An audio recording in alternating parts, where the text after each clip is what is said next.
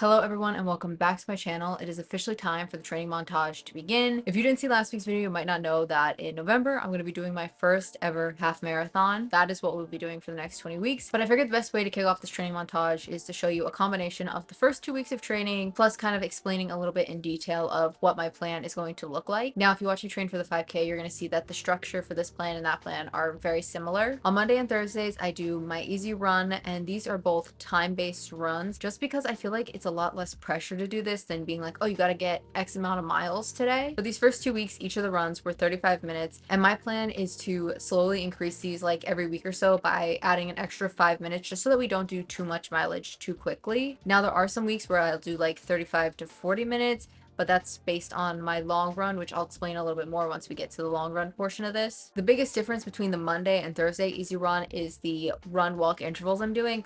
On Mondays, I do 1 minute run, 1 minute walk, and then on Thursdays, I do 1 minute run and 30 seconds walk. My plan is to eventually like change up the running intervals, but for right now, that's what we're sticking with. As far as the actual runs going, it's kind of so-so just because everything here just kind of flipped the switch and it is so brutally hot.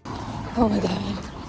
It's gotten to the point where like normally I typically will run in a t-shirt because I just prefer to have my arms covered, but it's like too hot to even do that. So I'm like outside running in a tank top, which is like pretty big for me. Today, we're already starting off no shirt because she said it's hot. And as you can see, we have this bandana on. It's filled with ice to hopefully keep us cool because it is so hot out. So we'll see how it goes. I'll let you know how the ice bandana goes. Also, it's definitely mentally been pretty hard because every week I'm kind of just watching my pace get a little bit slower as it's getting a little bit hotter. And I definitely feel like if I really tried, I could probably like really push myself to maintain that same pace. But I also know my heart rate would be so dangerously high that like I just don't feel comfortable doing that. Another huge struggle we have been having here is literally every other day there is some form of a storm, whether it's like flooding, just straight lightning, thunder.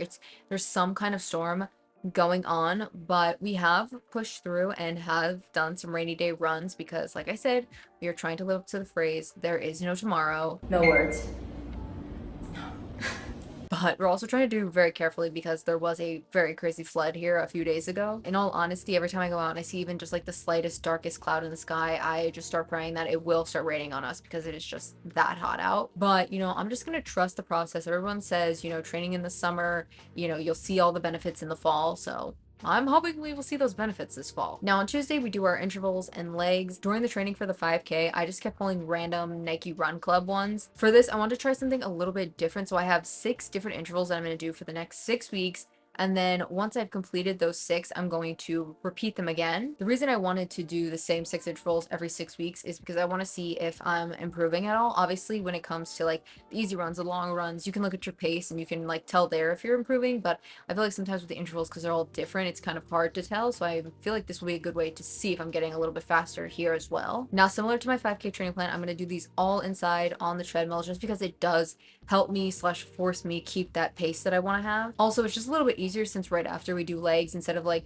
driving to a track and then coming back and then having to do legs, like we're trying to be a little bit time efficient here. So it's just easier that way. I think I've mentioned this before, but personally, I like to do my intervals first and then do the leg day just because my main focus is the running. That's where I want my legs to feel the strongest, and honestly I don't feel like when I do my leg day that they feel weak after. Right now I don't really see myself switching them around unless I went into the gym and somebody was on both treadmills, and I'll probably just do that to be time efficient. Now the 2 intervals that I did do the past 2 weeks felt pretty good.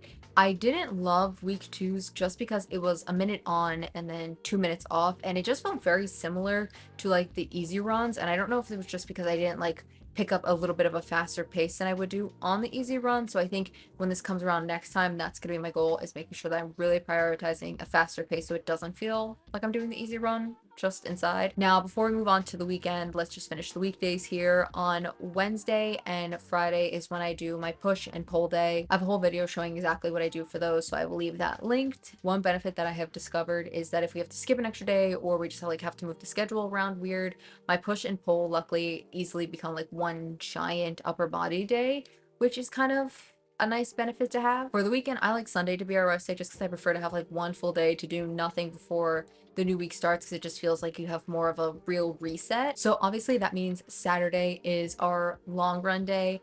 And for this, I'm probably going to stick with doing the 30 seconds on, 30 seconds off, just because these are going to be a lot of distances that I have never covered yet. Once we've completed 5 miles and we start going up, those will all be distances that I have never actually run before. Now, since I am doing this training with my mom, I want to make sure that the plan was obviously like a good combination for both of us.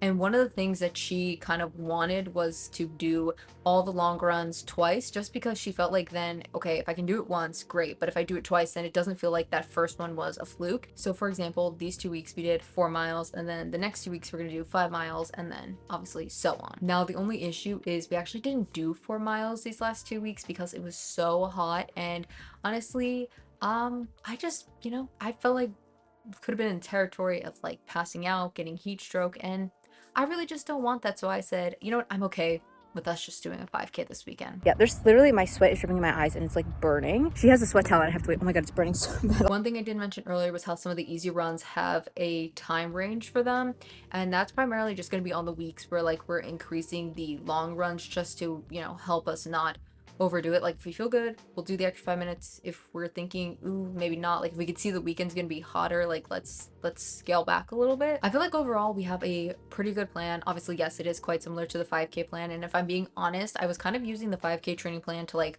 work out like any kinks or issues that we were having, and I feel like we hopefully have like a solution for any possible problem that we can run into, hopefully. For week 1, we finished with 11.21 miles, and for week 2, we finished with 11.41 miles. And I'm pretty happy with that. I feel like it does give us a good range that like we didn't increase too fast, too crazy. Also, I haven't mentioned this in a while, but my 10,000 step streak is still very much alive, and I also have a little bit of like an itch to go to like a 15,000 step streak, but I figure, hey, let's not push it. We are training for a half marathon here. Maybe once we're done with that, but I sometimes I'm like, ooh, then I'm like, no. I feel like these first 2 weeks went pretty well. Could it be because they're probably going to be the easiest 2 weeks until we get into tapering?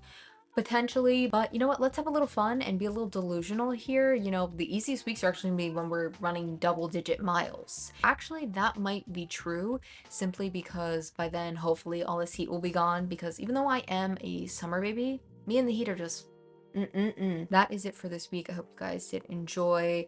I figured it would be best to just give you guys like one detailed explanation of like what my plan is going to look like instead of having to like re-explain it every single week. But that is it. I will see you next week. Till then, we'll be outside.